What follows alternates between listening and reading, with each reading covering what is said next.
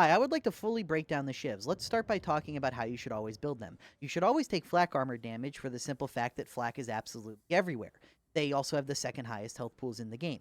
So your secondary perk is really what's going to be up for debate here, and basically it comes down to if you're playing a melee build and the shivs are your primary way of dealing damage, then you should go unyielding damage.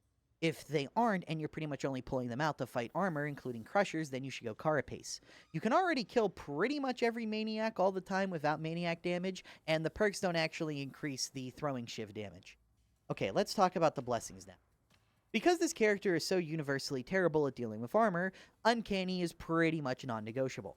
As far as the secondary blessing goes, it really comes down to riposte or precog. And this really comes down to, are you using chemical dependency? If so, go precog. With something that you probably don't know because it's not listed anywhere is what I'm about to show you right here. See how I have 30% crit chance? I now have 43. All knife-like weapons in Tide games get extra crit when they attack. I don't know why. It's not listed anywhere. Don't ask me. Also, if we had hypercritical, that would have killed. So let's just go through this real quick just to show you that you can kill pretty much every maniac even without a crit. Also, the shiv, the throwing shiv, can kill pretty much every maniac as well just by throwing one at them. If you get a headshot or a crit or a stack uncanny, it just confirms it. You'll never ever not. Anyway, so something to talk about with the blessings is if you're using chemical dependency, you don't need riposte. It's better to go precog and make your expected 7 out of 10 crits hit much harder than crit 2 extra times out of 10. It's just going to lead to more damage. Now let's talk about Flesh Tear, because some people think that this helps, but I'm sorry to say it really doesn't. So please look at this. Now, you might say, well, it helped right there. I would tell you that if we had Uncanny going, or Precog, or literally any damage buff we'd get in actual gameplay, he would have just died anyway. Well, does it help with our cleave damage at least? Not really. It's not enough to actually kill, which means you have to do a follow-up attack. And as you can see right here in this demonstration, you pretty much always kill in one hit regardless.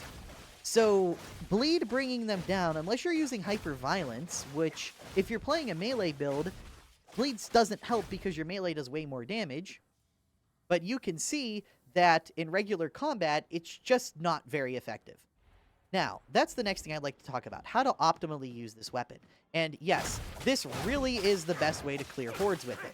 Just M1 as fast as possible at head height, because the first guy to take a headshot critical from these will pretty much always die. And as far as your single target damage goes, the optimal is going to just be heavy, heavy, heavy, heavy, heavy, heavy. Now, I'm aware that looked terrible because we literally didn't get a single crit despite 50% crit chance somehow. So let me try it one more time. And you can see it already looks much better. Now, something else to keep in mind is the actual throwing shivs themselves. So Ogrins, you can throw 2 at them because you get 2 back. Now that's something to keep in mind right there. So as long as you actually melee them within 1 second of them dying, you can see we'll get the shiv back. Not a great demonstration. Let me show you on this guy because it's a lot easier. So right there, the dot is what killed them. We still got 2 shivs back.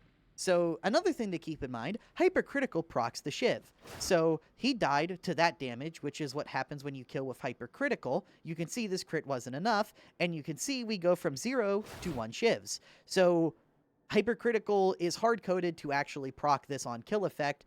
Kind of weird. Though I think that's not really hypercritical. I think it's what we just demonstrated with the dot, where as long as they die within a second of taking a melee hit, you kind of just get the shiv back pretty much always. Another thing to consider is that the shiv will proc pickpocket as well, just in case you didn't know that. Also, something to keep in mind is that the shiv does more damage when it's thrown at a target's head.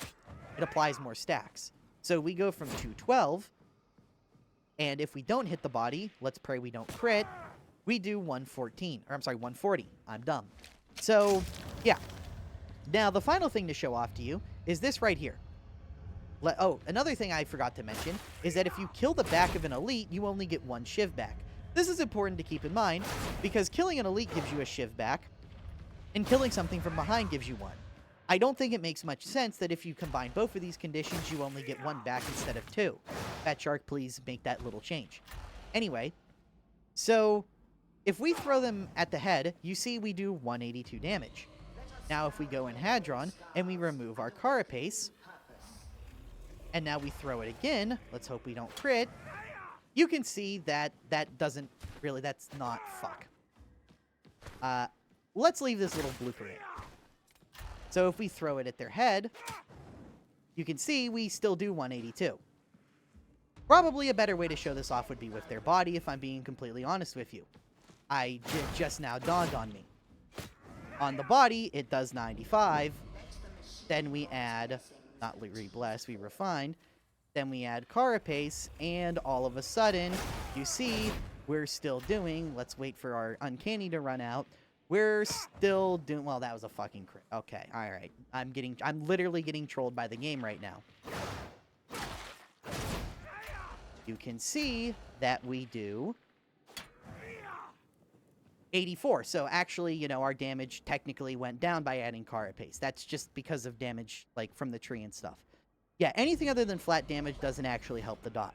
I don't really have much else to say about these shivs, other than I'll just show you a little bit of a demonstration of what they're actually like when you fight things with them, so you could see what their actual realistic damage is like. And it's really good. Now, if we already have Uncanny stacked up, and we throw our shivs at them, I mean, you can see we just destroy them. Also, make note that you can keep Uncanny going by hitting them with the shiv. So we have Uncanny 1, now we have Uncanny 2. Just a fun little thing to keep in mind. And you can see against Crushers, these are pretty good. They one-shot all trash. They can kill Crushers with about 23 to 2500 DPS, which is really good. You should also always be throwing the shiv at something. Their boss damage, however, is kind of mediocre. I'm going to be completely honest with you. Let me just get a Plague Ogren. Outside of a dedicated melee build, their boss damage is not the greatest thing in the world. I get that I'm not particularly doing a great job here either, but hey, that's why we like ferning their AI on.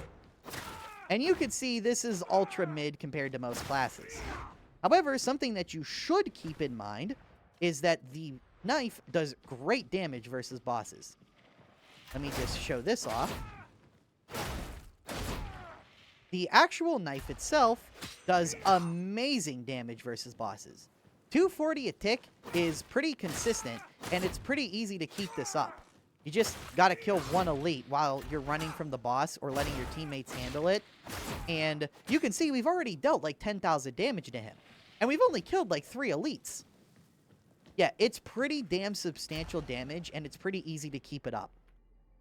So that's just a nice little perk. I don't really have much else to say about this mark of Shiv, so let's talk about the other mark of Shiv. Because this other mark is much worse, and I don't really see much of a reason to run it. Oh, wait, one other thing I forgot. Hadron, get away from me. Let me show you something that people told me in the last video that they cared about learning, so might as well cover it for completion's sake. So do you see how I sprint at 5.89? Well, if you look, when you charge and let go of your heavy attack, you actually get a speed boost with these. So your optimal way to move as fast as possible while maintaining stamina is to do this, and then wait for your arms to swing. Basically, you just sprint, do a heavy, and as soon as the heavy fully ends, you put your arms down, you slide to conserve stamina, and then as soon as the slide ends, you see your arms, like, actually move. Once you see your arms actually start swaying again, your heavy is reset and you're good to go again. This is the closest thing to move tech that these have. And what made me think about this is how I want to talk about these shivs, because really the only thing they're good for is their move tech. They're just like the regular knife, where you just kind of do this and you can move faster than regular sprinting, assuming the game doesn't need you to sprint. You see that little lunge like massively makes my speed go up to 7? So these are pretty bad, I'm going to be honest with you. Now, let me just show you something versus a horde.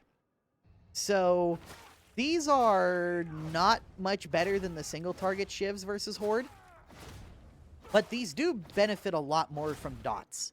So they're only like 20, 30-ish% better against hordes, which is not a big improvement. Now, bleed will help these. So as you can see, this does enough cleave just out of the gate that bleed can actually pick you up like 2 or 3 extra kills per swing. That's not bad, if I'm being honest with you. So if you are using these outside of a melee build and only for horde clear, because that's a thing people do, then you should actually probably consider taking the 8 stacks of bleed on crit, which is just feels weird to say. But hey, different marks for different whatever, however the saying goes. Now, let me show you this versus an actual enemy that, like, can fight back. It's rough, man. I'm gonna... Oh, shit. I wanted to despawn them, sorry. It's rough. I'm gonna be honest with you. It's really rough. Because your optimal single target damage is this. It's just push attack, heavy. Push attack, heavy. And, yeah, it's... Well... It's not good. And if that follow-up heavy, like this, push attack never kills, it's bleak. It's bleak. So if we even start with the Shiv itself, we can get okay almost 2,000 DPS. So you really need to be good at actually hitting heads with the throwing Shiv for this to work. And when you do open like that, you know, I mean, almost 2,000 DPS on a Crusher is okay. So what is your optimal AoE rotation like? Well, it's just going to be heavy spam like you're using the dueling sword. You can spam this a lot quicker than you think. So the way to optimize this is the moment you see your character start to reel their arm back, just immediately let go. Like, seriously, they twitch you can see how fast I'm doing this. As soon as you see their arm even twitch, you just let it go. And this will massively increase your horde clip. Most people I see when I spectate them in games are doing this.